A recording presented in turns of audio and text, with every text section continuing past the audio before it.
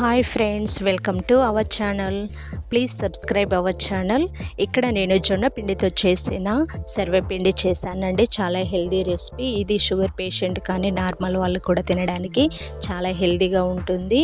నార్మల్గా మనం బియ్యం పిండితో చేస్తాము, కానీ ఒక్కసారిగా ఈ పిండితో మీరు ట్రై చేయండి. చాలా టేస్ట్, దానికన్నా ఎక్స్ట్రా టేస్ట్ కూడా ఉందండి. బాగుంది, ఖచ్చితంగా ట్రై చేయండి. ఇక్కడ ఒక 3 కప్పు వరకు నేను అంత క్వాంటిటీ పిండి నేను తీసుకుంటున్నాను.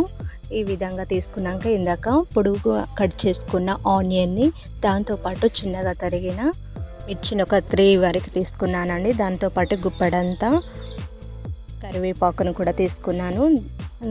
కచ్చా పచ్చగా దంచుకున్న వెల్లుల్లి రెబ్బలు ఒక 5-6 వరకు తీసుకున్నానండి.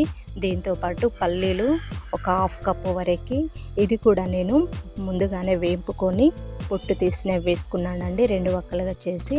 అదేవిధంగా ఒక గుప్పడంతా మనం నువ్వులను కూడా యాడ్ చేస్తున్నాను. కొద్దిగా పక్కన పెట్టేశానండి, ఫైనల్గా వేసుకోవచ్చు మళ్ళీ.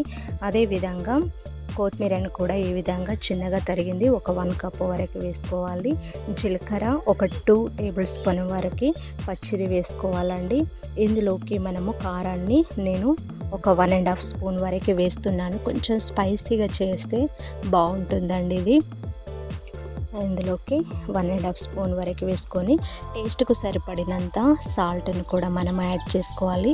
ఆల్రెడీ మనకి కారంలో ఉంటుంది కాబట్టి దీనికి జొన్నపిండికి ఎక్కువ మనకి ఉప్పు అనేది అవసరం లేదండి, కొద్దిగా వేసుకుంటే సరిపోతుంది. ఆ విధంగా వేసుకొని ఈ పొడినన్నిటిని బాగా కలుపుకోవాలి నెమ్మదిగా. ఇందులోకి హాట్ వాటర్ కానీ నార్మల్ వాటర్ అయినా కలుపుకుంటే బాగుంటుంది. నేను మట్టుకి ఇక్కడ నార్మల్ వాటర్నే యూజ్ చేశానండి. ఈ విధంగా కొద్దిగా పోసుకుంటూ మనము కలుపుకోవాలి. చాలా బాగా వచ్చిందండి, టేస్ట్ కూడా చాలా బాగుంది. ఖచ్చితంగా ఈ రెసిపీని మీరు ట్రై చేయండి. ఇంకా ప్రతి ఇంట్లో ఒక పేషెంట్ అనేది ఖచ్చితంగా ఉంటుంది, ఏదో ఒక హెల్త్ ఇష్యూ తోటి. కామన్గానైతే షుగర్ బీపీ అయితే ఉన్న వాళ్ళు చాలామంది ఉంటారు కదండి. షుగర్ పేషెంట్ వాళ్ళైతే కామన్గా ఎక్కువ మంది అయిపోయారు. సో వాళ్ళకైతే యూస్ఫుల్ అని చెప్పచ్చు. ఈ విధంగా పిండిని కలుపుకున్న తర్వాత ఇందులోకి ఒక 3 టేబుల్ స్పూన్ వరకు మళ్ళీ ఎక్స్ట్రాగా ఆయిల్ కూడా యాడ్ చేసుకొని ఈ విధంగా నెమ్మదిగా కలుపుకోవాలి.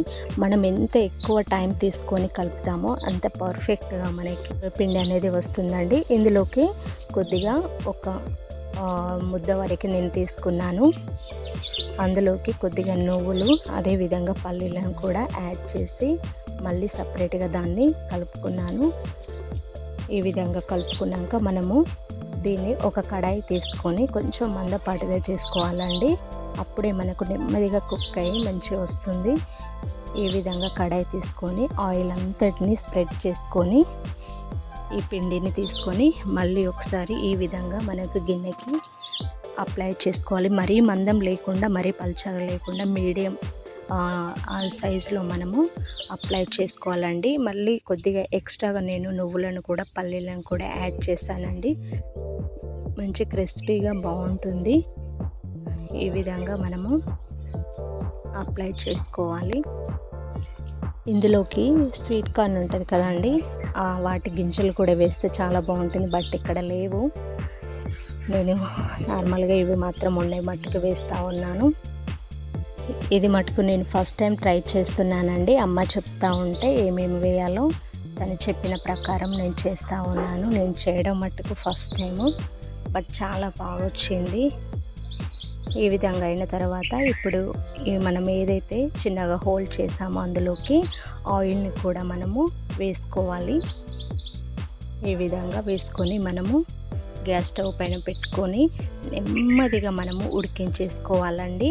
మధ్య మధ్యలో చూస్తూ సైడ్లకు కూడా మనము బెండ్ చేస్తూ నెమ్మదిగా కాల్చుకోవాలి. చూడండి ఎంత పర్ఫెక్ట్గా దానంతటా అదే ఊడొచ్చేలాగా అయింది. Please subscribe our channel. Thank you.